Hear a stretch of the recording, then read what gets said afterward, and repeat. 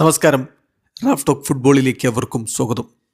Copa സുഡാമേരിക്കാനയിലെ Santos quarter ഫൈനലിൽ കടന്നിരിക്കുന്നു.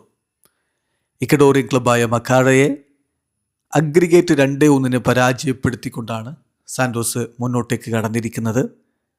രണ്ടാം പാദ മത്സരം ഇന്നലെ നടന്നത് ഗോൾ രഹിത സമനിലയിലാണ് അവസാനിച്ചത്. അതേസമയം ആദ്യപാദ മത്സരം സാന്റോസിൻ്റെ മൈതാനത്ത് അവർ 2-1 ജയിച്ചിരുന്നു. അന്ന് വില്ലൻ അറോഹോയും ഗാബിഗോളുമാണ് ഗോളുകൾ കണ്ടെത്തിയിരുന്നത്.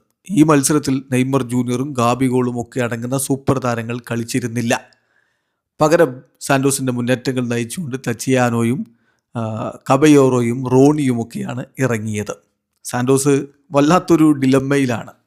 ഈ ഇത്തരം കളികൾ സൂപ്പർ താരങ്ങളെ കളിപ്പിക്കണോ വേണ്ടയോ എന്ന കാര്യത്തിൽ. കാരണം എല്ലാ കോമ്പറ്റീഷനുകളും ഒരുമിച്ച് ഇപ്പോൾ അവർക്ക് കോൺസെൻട്രേറ്റ് ചെയ്ത് പോവുക എന്നുള്ളത് ബുദ്ധിമുട്ടാണ്. നിലവിലെ അവസ്ഥയിൽ അവർക്ക് ബ്രസീലിയറോ സിരിയയിൽ നിന്ന് റെലഗേറ്റ് ചെയ്യപ്പെടാതിരിക്കുക എന്നുള്ളതാണ് ഏറ്റവും പ്രധാനപ്പെട്ട കാര്യം. അതേസമയം കോപ്പ സുഡാമേരിക്കാനയും കോപ്പ ഡു ബ്രസീലും അടക്കമുള്ള ടൂർണമെൻറ്റുകളിൽ മുന്നോട്ട് പോവുകയും വേണം. അങ്ങനെയെങ്കിൽ മാത്രമാണ് അതിലൂടെ ലഭിക്കുന്ന പ്രൈസ് മണി അവർക്ക് ഇമ്പോർട്ടൻ്റ് ആണ്.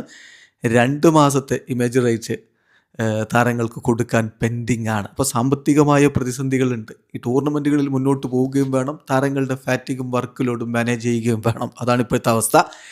ഏതായാലും സൂപ്പർ താരങ്ങളെ വിശ്രമം കൊടുത്തെങ്കിലും ഈ മത്സരം സമനില പിടിച്ച് അഗ്രിഗേറ്റ് 2-1 ജയിച്ച് സാന്റോസിന് കോപ്പ സുഡാമേരിക്കാനയിൽ മുന്നോട്ട് കടക്കാനായിട്ടുണ്ട്. അത് വളരെ പോസിറ്റീവായിട്ടുള്ള കാര്യമാണ്. ഏതായാലും അടുത്ത മത്സരം ബ്രസീലിയറോ സിരിയ മത്സരമാണ്. മിറാസോളിനെതിരെയുള്ള മത്സരത്തിൽ നെയ്മർ ജൂനിയർ അടക്കം കളിക്കും എന്ന് തന്നെയാണ് ലഭ്യമാവുന്ന വിവരങ്ങൾ. വീഡിയോ അവസാനിക്കുന്നു. ഫുട്ബോൾ ലോകത്തെ കൂടുതൽ വിശേഷങ്ങളുമായി റാഫ് ടോക്സ് എത്താം.